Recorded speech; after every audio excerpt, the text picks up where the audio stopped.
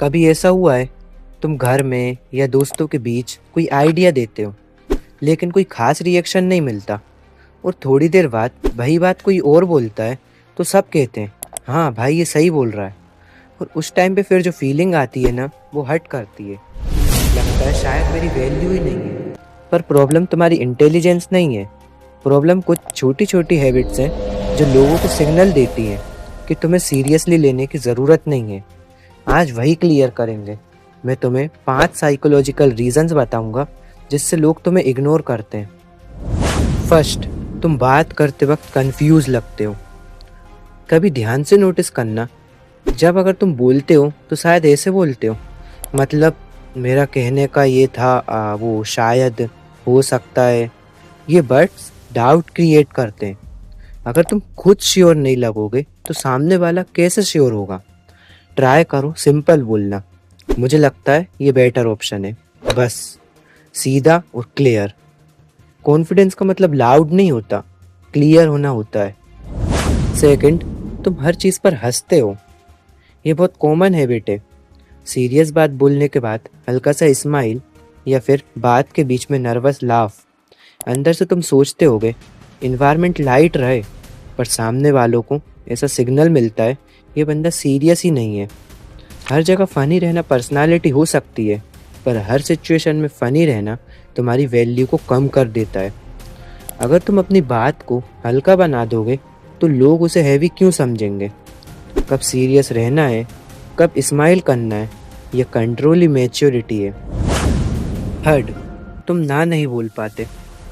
सच में एक बार सोच के देखो, कितनी बार तुमने सिर्फ इसलिए हाँ बोला क्योंकि मना करने में औकपट लग रहा था। तुम सोचते होगे चलो कर देता हूँ, क्या ही फ़र्क पड़ेगा, पर फ़र्क पड़ता है।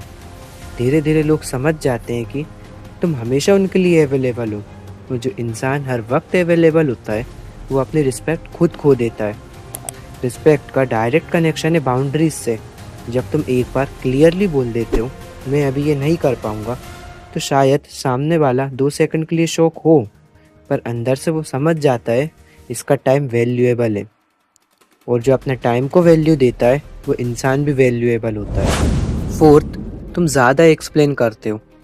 कभी नोटिस किया है जब तुम किसी से कुछ बोलते हो तो तुम सिंपल सी बात को भी इतना एक्सप्लेन कर देते हो कि सामने वाला कंफ्यूज हो जाता है, और यही जगह पर तुम्हारी वैल्यू गिरती है। साइकोलॉजी कहता है जो इंसान अपनी बात को अननेसेसरली जस्टिफाई करता है, लोग उसे कॉन्फिडेंट नहीं बल्कि अनश्योर समझने लगते हैं।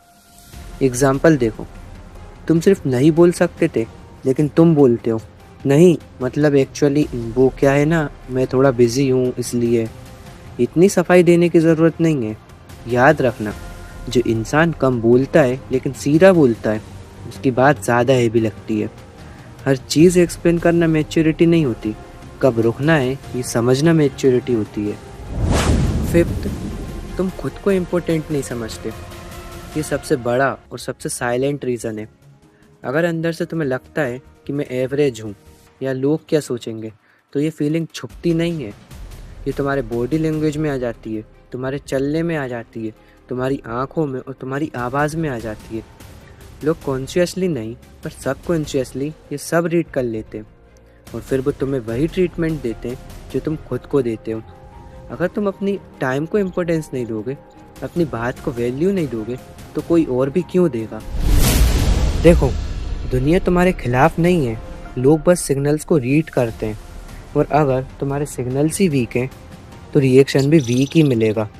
आज से बस इतना याद रखना, कम बोलो, क्लियर बोलो, हर जगह पर हाँ मत बोलो, और अपने आप को कभी भी लाइटली मत लो। रिस्पेक्ट एक दिन में नहीं मिलती, पर जब तुम कंसिस्टेंट रहकर अपनी वैल्यू दिखाते हो तो लोग धीरे धीरे अपना बिहेवियर चेंज करते हैं, और उस दिन तुम समझ जाओगे प्रॉब्लम कभी भी लोग नहीं थे, बस तुम्हारा पैटर्न था। अगर इस वीडियो ने तुम्हारे अंदर थोड़ा सा भी चेंज लाया हो तो वीडियो को लाइक करना मत भूलना, और इसी तरह की और वीडियो चाहिए तो मुझे सब्सक्राइब कीजिए।